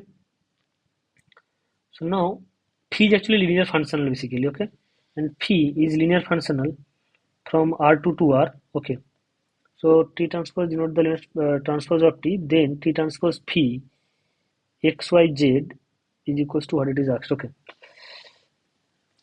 T of, let me just calculate simply. It is giving that like x plus y, y plus z. This is what it is giving. So T transpose phi is a linear functional on R2. That's true. T transpose phi, that has to be, phi is a linear functional basically, right? T transpose phi, that will be a linear transformation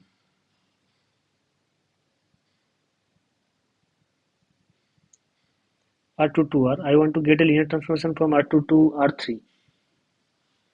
Okay. Okay. Now I got it. Yeah. So basically I have to compose. This is what it is. Okay, nothing special. T transpose compose phi at the point x is equals to T transpose phi at the point x is equals to phi of tx. So what it is? Phi of tx means x plus y comma y plus z. But what is phi? Phi is 2x minus y. 2 of first entry minus 2x minus y, and second entry y minus z. So this will be 2x plus 2y minus y minus z. This is equals to 2x plus y minus z. So this is 2x plus y minus z. This is the second option correct. All other options automatically false because there is not possible to have other options. So this is the question 6. Okay. Now question 7. As this is very short, so I'll go to some other question. Okay, let it be. What it says, let T be a linear operator. T be a linear operator on R4, which is expressed in the standard order basis by this. Okay, which of the following statement is or are correct? T is diagonalizable if x and y not equals to 0, if x y not equals to 0, and z equals to 0. So T is diagonalizable for all values of x, y, z. That's not true. T is diagonalizable if x not equals to 0, y and z is equals to 0, and T is diagonalizable if x square plus y square equals to 0. So this is what it is saying, that x is equals to y equals to z equals to 0. So T is diagonalizable. This is correct. This is clear, because x square plus y square plus z square equals to 0 and x y z are real numbers, so that means each of them has to be 0. And whenever x y z all over 0, this is 0 matrix, and 0 matrix is diagonalizable matrix. This is itself diagonal matrix. So according to the this, as it is asked to which of the following statement is correct, so that way we got the correct answer. But but let but other option has to be false. But why the other option is false, that I just want to explain, because you don't need to actually explain in the assignment, because but here I am just trying to explain. Suppose x and y not equals to 0 and z 0. So that means what is the matrix? 0 0 0 0 x 0 0 y 0 0. Clearly all the eigenvalues are 0, because this is upper triangular matrix and all the diagonal entries are 0. So that's why all the eigenvalues are 0. All the values are 0. That is clear. Okay. So z equals to 0 it is asked. Okay. Z equals to 0 it is considered. Okay. So 0 0 0 0. So this is what it is, x y. So now clearly if you look at so this is not diagonalizable. Why this is not diagonalizable? Because if you try to find 0 is the eigenvalue, for example,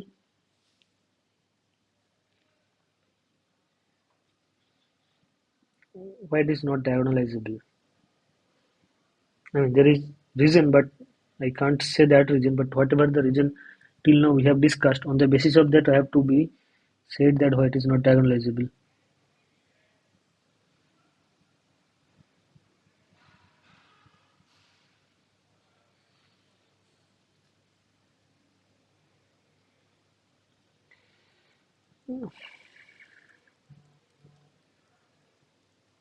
Zero is the eigenvalue, but those things is not discussed.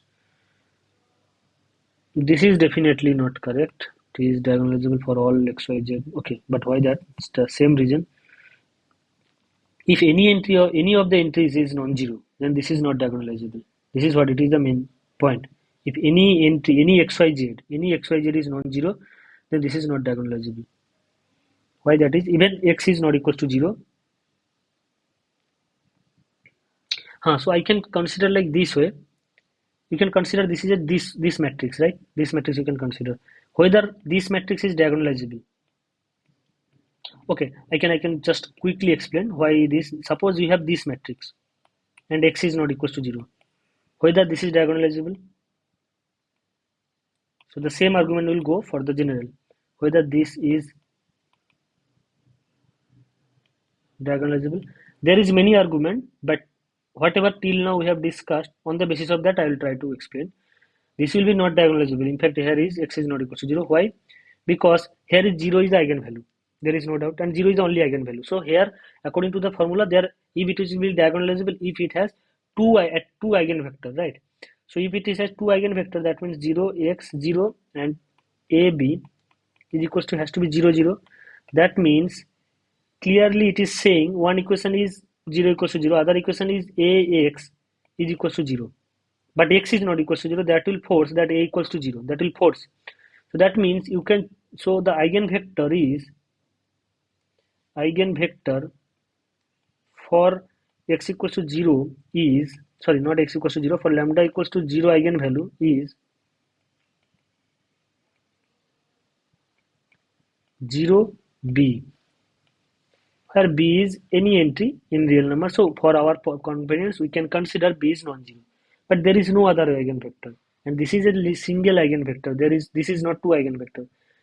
So that means corresponding to the eigenvalue 0, so that means there is only one eigenvector.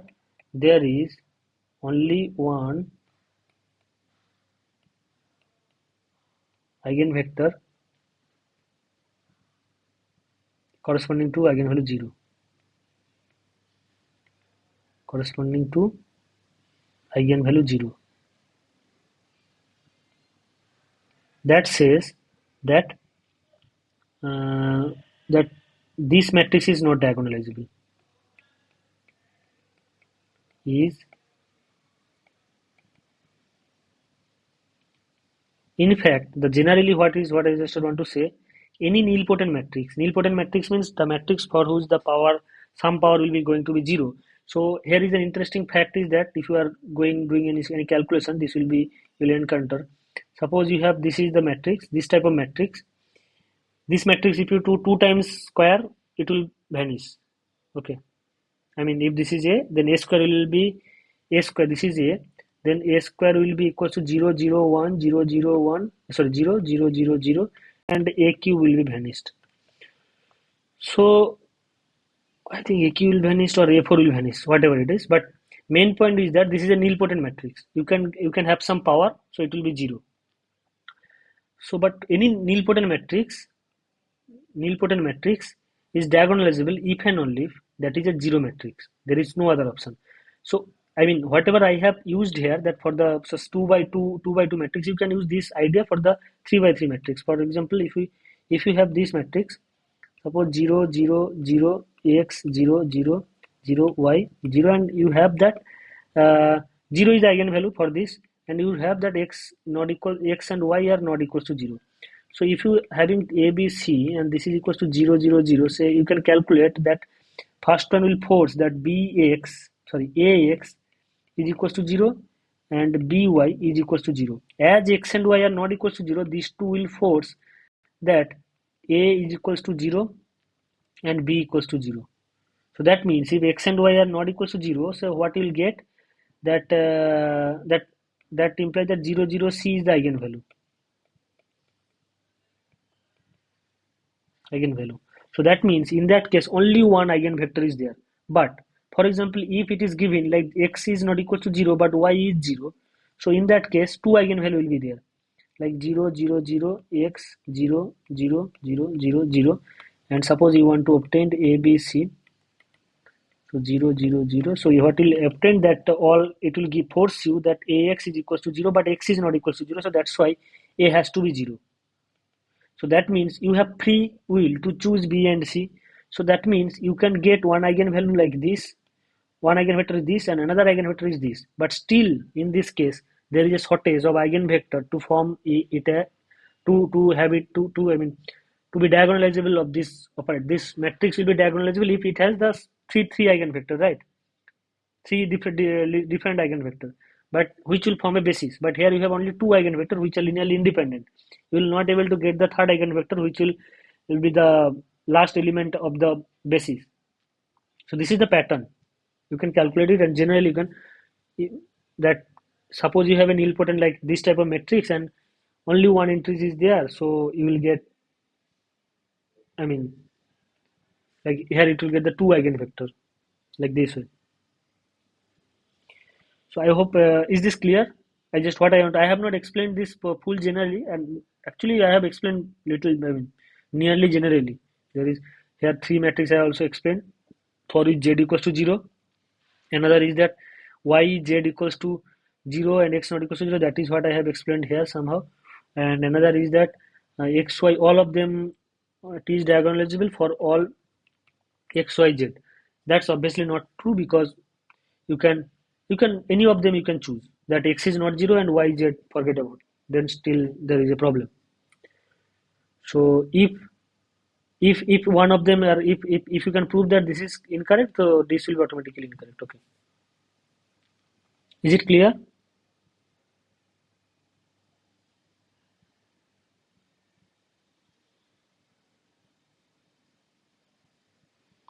Okay.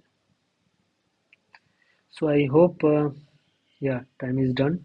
So next tutorial, if it is going to reschedule, that will be informed by the NPTEL team. At least it can be rescheduled. Only the next one. Okay. It if it is rescheduled, it will be rescheduled to Tuesday. If there is any problem, anyone with the Tuesday from 6 to 8 p.m. or 7 to 9 p.m. you can ask. I will, if possibly, I am not assuring you that this will be rescheduled.